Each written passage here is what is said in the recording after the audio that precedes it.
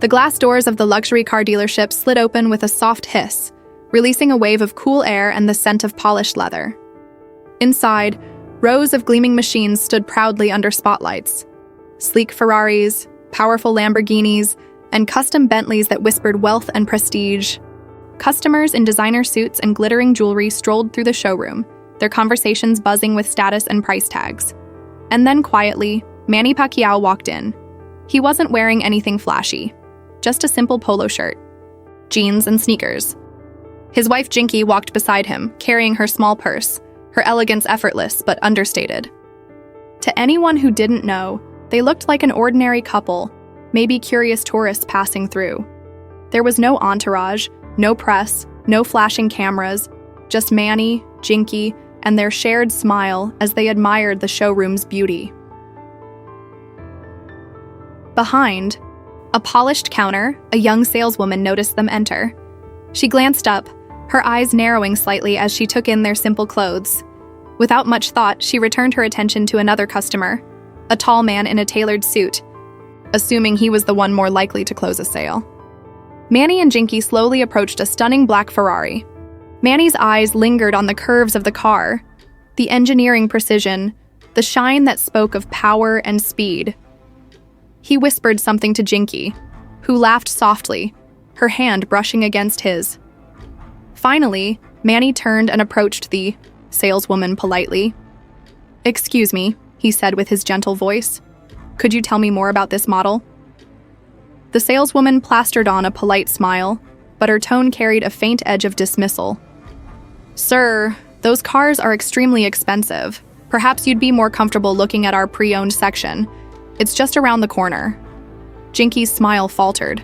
Her cheeks flushed with embarrassment as a couple of nearby customers overheard and exchanged amused looks. Manny, however, didn't lose his composure. He simply nodded, his lips curling into a calm, almost knowing smile. "Thank you," he said softly, stepping back to take another look at the Ferrari. He didn't raise his voice. He didn't argue. But in that silence, in that patience, there was something brewing, a storm no one in that dealership was prepared for. Have you ever been judged unfairly just by the way you looked? Tell us in the comments where you're watching from. And remember, sometimes the quietest people carry the loudest surprises. The tension in the dealership was subtle, but it stung. Jinky tugged gently at Manny's sleeve, whispering, "Let's just go. Maybe she doesn't know who you are." Manny shook his head, his smile never fading. "It's okay," he said softly. "Sometimes people see only what they want to see." Meanwhile, the saleswoman turned her full attention back to the suited man she had been entertaining earlier. She laughed a little too loudly at his joke, showing him brochures, pointing out custom features, and walking him through the financing options. Her enthusiasm was almost theatrical, a stark contrast to the cold tone she'd used with Manny just minutes ago. Manny and Jinky wandered on their own, admiring the luxury cars without assistance. Manny bent down to peek into the interior of a bright red Lamborghini Aventador, running his hand lightly along its frame. Jinky followed, but her eyes betrayed her discomfort. Every now and then she caught people staring, not at the cars, but at them. Some customers whispered, clearly entertained by the ordinary-looking couple being ignored in such an opulent place. One man chuckled as he passed by. "Doesn't seem like their type of showroom," he murmured to his wife, loud enough for Jinky to hear. The sting of humiliation deepened. Still, Manny remained composed. He had faced tougher arenas than this. Championship fights, grueling political battles, the judgment of millions. A saleswoman's dismissal couldn't shake him, but Jinky knew her husband well. She recognized the glint in his eye, the one that meant he was letting the moment unfold, waiting for the right time to act. At that very moment, another sales associate, an older man with a warm smile, noticed the couple. He approached politely. "Good afternoon. Are you folks interested in any of our models today?" His tone was respectful, without judgment. Before Manny could answer, the young saleswoman swooped in, irritation flashing in her eyes. "Don't waste your time," she said under her breath, but loud enough for both Manny and Jinky to hear. "They're just browsing. They can't afford these models." The older associate blinked in surprise. Clearly embarrassed by his colleague's words, Jinky's face flushed again, her hands tightening on her purse strap. But Manny simply chuckled. His laugh was low, almost amused. He turned to the older salesman and nodded. "Actually," Manny said calmly, "we'd like to take a closer look at this Ferrari, if you don't mind showing us." The older associate's face brightened. "Of course, sir. It would be my pleasure." He motioned toward the sleek black Ferrari. This particular model is one of our most exclusive, with a top speed that can outpace nearly anything on the road. As the associate spoke passionately, Manny listened intently, asking thoughtful questions. He wasn't trying to prove anything, not yet. But every word, every glance he exchanged with Jinky carried an unspoken weight. The young saleswoman, still standing nearby, rolled her eyes and muttered something about wasting resources. What she didn't realize was that other customers were now paying attention, not just to the cars, but to her dismissive behavior.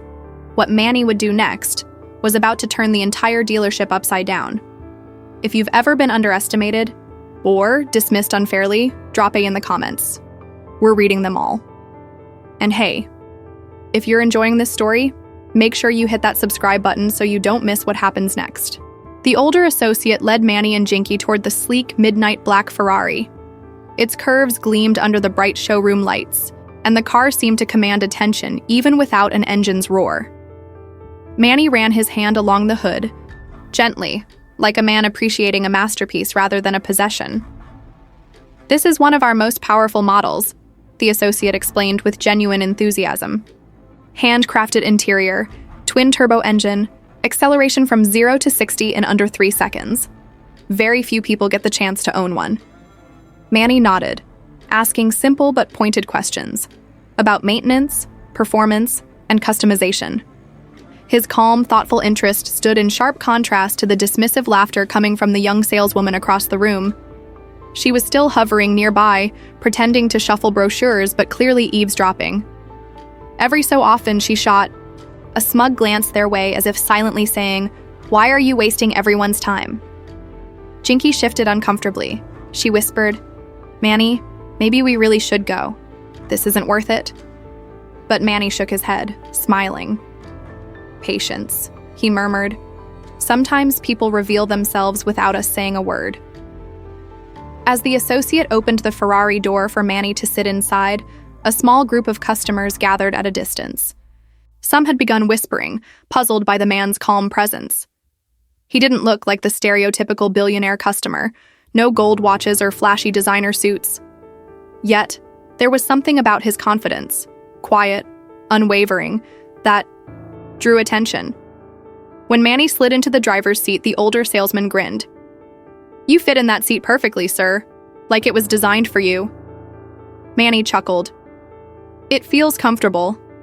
And then, casually, he asked, "If I wanted to pay cash for this vehicle, how soon could it be delivered?" The words landed like thunder in the room. The associate's eyes widened. "Cash, sir? Well, immediate delivery would be possible, of course." The young saleswoman, overhearing this, laughed loudly, a sharp, sarcastic laugh. "Cash? Are you serious? Sir, with all due respect, this car costs more than some people's houses. You can't just walk in here and buy it outright." Her tone dripped with condescension. A couple nearby customers frowned at her arrogance. One whispered, "She doesn't know who that is, does she?" Manny looked at the saleswoman, his face calm but his eyes steady. "And what makes you so certain?" she smirked. "Because I know the type. People like you walk in to look, to touch, maybe even to dream. But buyers, they look different. They don't show up in plain clothes with no assistant, no appointment." The arrogance in her voice made Jinky's face burn with anger. She wanted to respond, but Manny gently placed a hand on her arm, his signal to let him handle it. The older salesman looked horrified. "Please forgive her, sir. That is not how we treat our customers." Manny smiled politely. "No offense taken. Everyone has their own way of seeing the world." But what he said next made the entire showroom go quiet. Still, "Perhaps it is time for me to show you who I really am." The young saleswoman raised an eyebrow. "Oh? And who might that be?" At that moment, one of the customers in the crowd gasped. He recognized Manny instantly and blurted out, "Wait, isn't that Manny Pacquiao, the senator? The world champion boxer?" Heads turned. Phones came out. The whisper spread like wildfire across the showroom. "Manny Pacquiao? No way, that's him." "The boxing legend?" The young saleswoman's smirk froze, her eyes widening in shock. She glanced between Manny, the crowd, and the older salesman, realizing with dawning horror that she had dismissed and insulted one of the most respected men in the world. Manny stood slowly, his presence now towering though his voice remained calm. "Yes," he said simply. "My name is Manny Pacquiao." And in that instant, the balance of the room shifted entirely. Have you ever seen someone judged by their appearance only for the truth to shock everyone? Share your thoughts in the comments. We'd love to hear your experiences. And don't forget to like this video if you're still with us, because what happens next is going to leave you speechless. The showroom was no longer buzzing with casual chatter. It was electric, alive with murmurs, camera clicks, and astonished whispers. The realization that Manny Pacquiao, the boxing legend, the philanthropist, the senator, was standing right there shifted the entire atmosphere. The older salesman straightened his posture, visibly proud now to be the one assisting Manny. Meanwhile, the young saleswoman's face drained of color. The smug smirk that had lingered on her lips only moments ago was gone, replaced by panic. She stammered, "Sir, I didn't mean to, I didn't realize," but Manny didn't look at her. His gaze was steady, scanning the Ferrari as though weighing something far greater than horsepower and design. For him, this was no longer just about buying a car. It had become a test of patience, dignity, and the power of humility. Jinky leaned toward him. "You've proven your point. Manny, let's just leave." But Manny shook his head softly. "Not yet." The older salesman cleared his throat, eager to restore order. "Mr. Pacquiao, if you'd like, we can arrange a private room for you to discuss options, away from distractions." He shot a sharp look at the young woman, but Manny raised a hand. "No need. This moment belongs right here." He turned slowly, his voice calm but carrying a weight that silenced the entire floor. "All my life, people have looked at me and seen only what they wanted to see. A poor boy from the province, too small, too weak, too uneducated to stand among champions. I know what it feels like to be judged before you are even given a chance." The crowd listened, enraptured. He looked directly at the young saleswoman now, her head lowered, shame burning in her cheeks. "You saw me walk in and decided I wasn't worth your time. You believed wealth is only found in fancy suits and loud gestures. But let me tell you something." He stepped closer, his voice steady. "True worth is not carried in clothes, or cars, or watches. It is carried in the choices we make, the respect we show, and the lives we touch." The words cut deeper than any rebuke. The young woman bit her lip, fighting tears. Manny turned back to the Ferrari, then looked at the older salesman. "Sir, you treated me with kindness from the start. That speaks more about you than anything else." The older man bowed his head humbly. "Thank you, Mr. Pacquiao. It's an honor." The young woman suddenly stepped forward, her voice trembling. "Mr. Pacquiao, please. I didn't mean to disrespect you. I was wrong. I judged you unfairly. Please forgive me." All eyes were on Manny. What would he do? Would he lash out? Would he humiliate her the way she had humiliated him? He studied her for a long moment. Then, to everyone's surprise, he smiled. "I forgive you," he said gently. But forgiveness doesn't erase the lesson. Remember this day every time you meet someone new. Treat every person with dignity, no matter who they are. Because you never know who is standing in front of you. The saleswoman's eyes filled with tears. She nodded, unable to speak. The crowd burst into applause. Not for the Ferrari, not for the dealership, but for Manny's grace. Then, almost casually, Manny looked at the older salesman again. "I'll take it, the Ferrari, cash, but only if you personally handle the sale."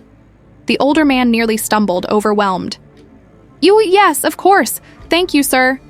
Phones captured every moment. Manny's humility, the saleswoman's shame, and the shocking twist of a man buying a Ferrari outright after being dismissed as a nobody. And yet, for Manny, it wasn't about the car. It was about showing the world, and that young woman, that dignity, patience, and respect are more powerful than arrogance. As he and Jinky walked out of the showroom, the crowd parted for them like royalty. Some whispered, some clapped, some even called out blessings. The young saleswoman remained frozen by the counter, watching them leave, her heart heavy but changed. Manny didn't look back. He didn't need to. The lesson had already been written in her memory forever. If you were in Manny's place, what would you have done? Walked away or forgiven? Tell us in the comments below. Your answers might surprise others too. And if you're inspired by Manny's grace, don't forget to hit the like button. We still have more twists coming, so keep watching until the end. The roar of the Ferrari's engine echoed in the streets as Manny and Jinky drove away, leaving, the dealership buzzing like a shaken beehive. But inside, the story was only just beginning to spread. Within minutes, several customers had already uploaded clips of the incident to social media. The video thumbnails told the story before the captions did. Saleswoman ignores Manny Pacquiao. Big mistake. And Pacquiao humiliates luxury car dealership with classy response. By the next morning, the video had gone viral. Millions of people watched the footage of Manny calmly addressing the young saleswoman, forgiving her, and then buying the Ferrari in cash. Comment sections exploded with admiration. This is why he's a legend. Not just in the ring, but in life. Humility beats arrogance every time. That saleswoman just got a life lesson she'll never forget. Meanwhile, inside the dealership, the atmosphere was heavy with tension. The manager had called an emergency staff meeting. The young saleswoman sat in silence, her eyes downcast, while the older salesman stood quietly in the corner, almost embarrassed at the sudden spotlight on him. The manager's voice was stern. "Do you all realize what happened yesterday? Do you understand how much damage this could have done to our brand? Manny Pacquiao is one of the most respected athletes and public figures in the world, and instead of treating him with the dignity he deserves, we insulted him in our own showroom." He pointed directly at the young woman. "You. I hope you've learned something." She swallowed hard, her voice trembling. I judged him by his appearance. I thought he wasn't serious about buying. I was wrong. I was so wrong." The manager sighed. "This isn't just about Manny Pacquiao. It's about every person who walks through that door. You don't know their story. You don't know their struggle. You don't know what they've achieved. Every customer deserves respect, whether they're buying a Ferrari or just looking." The older salesman finally spoke up, his voice calm but firm. "With all due respect, sir, Mr. Pacquiao didn't just teach her a lesson.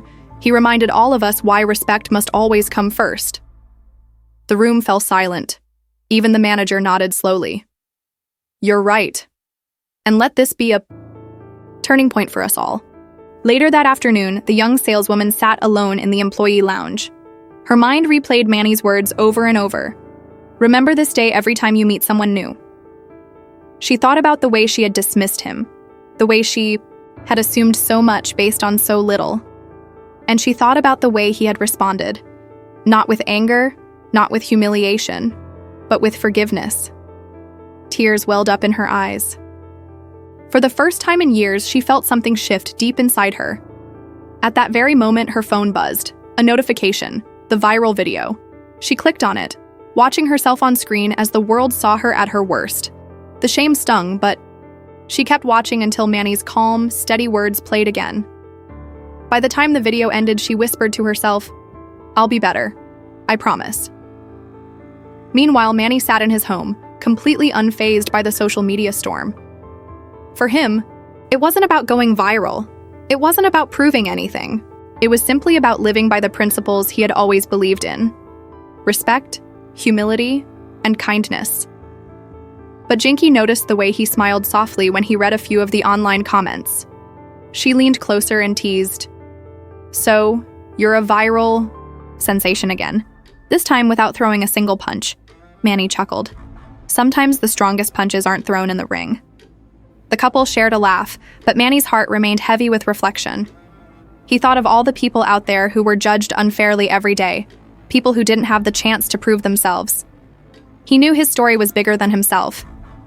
By the end of the week, the dealership incident wasn't just a viral clip. It had become a talking point across mainstream media.